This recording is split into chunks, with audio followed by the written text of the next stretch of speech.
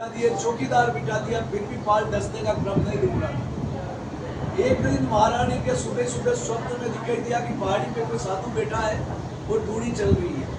उन्होंने महाराणा से निवेदन किया कि आपकी समस्या का समाधान आप वहाँ बैठे हुए किसी धूनी पे संत है, उनसे जाके पूछ लीजिए कि बाल क्यों डस रही है।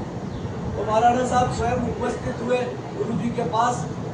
तो गुरु जी ने उस समय अपनी भाषा में जो कहा, अरे उद्या तू मेवाड़ रो मालिक कदी नहीं गयो, मेवाड़ रो मालिक तो एक लिंगनाथ है, तने तो खेत हिजारो करवा दीदा, तू हिजारी है, तू धनी नहीं बन सके। और तू जो काम कर रही हो कंडे लिए कर रही हो, विकास रे लिए कर रही हो, तू विकास रे ला रहे जो महीने लोग नहीं रहा वनारो विनाश रही लो है, अनारो विनाश ते तू पुनर्वास में बदल और पचे तू हमारे पास आ जाए, थारी बाल मुंह औरत निकालूंगा बटू तू समझे, या सृष्टि रहेगा तो तेरा बांध रहेगा, तेरी बाल रहेगा। महाराणा साहब ने दोनों कान पकड़ के अपनी गलती को महसूस किया और उन्होंने उन गांवों को बाहर शिफ्ट किया जो आज डबोक, मेड़ता, बीटानी, साकरोदा, बिछड़ी, ये गांवों को बसाया। और जब बसाने के बाद महाराणा साहब जब गए तो उन्होंने कहा कल प्रातः सूर्य की पहली किरण ब्रह्म मुहूर्त का तेरे को मैं स्थापना करूंगा। वो पहुंचे महाराणा साहब, सूर्य की पहली किरण जिस चट्टान से प्रतिबिंबित हुई वहां उन्होंने उस पर स्थापना की जो आज उदय सागर फेरू के नाम से स्थान है।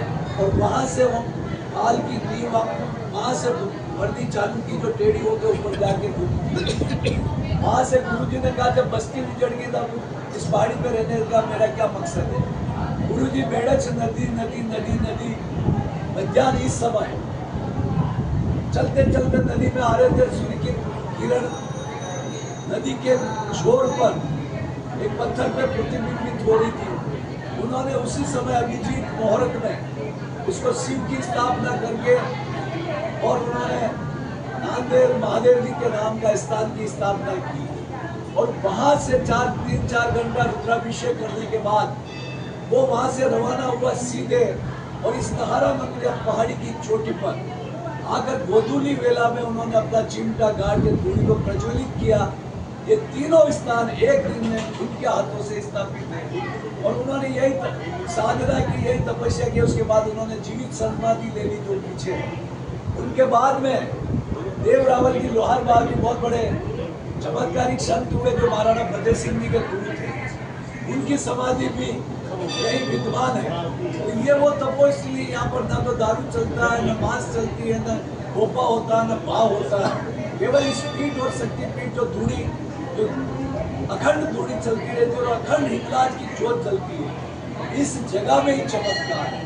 और उसका सबसे बड़ा उदाहरण तो मैं हूँ। इस सीमेंट फैक्ट्री में एक मामूली मजदूर में भर्ती हुआ, वहाँ से मुझे मंत्री, प्रदेश अध्यक्ष, कांग्रेस के कई पदों पे महासचिव, मुझे तहसील से जिला से संभाग से प्रदेश से देश और विदेश तक मुझे प्रतिनिधित्व करने का अवसर मिला।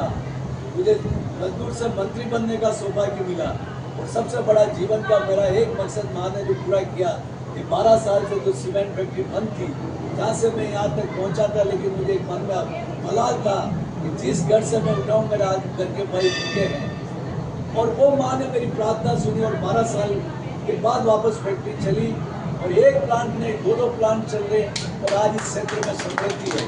तो ये माँ का चमत्कार है, तो ये स्थान का चमत्कार है। तो मैं कहता हूँ सदैव कि मांगे से तो सब जगह ही मिलता, बिन मांगे यहाँ मिलेगा।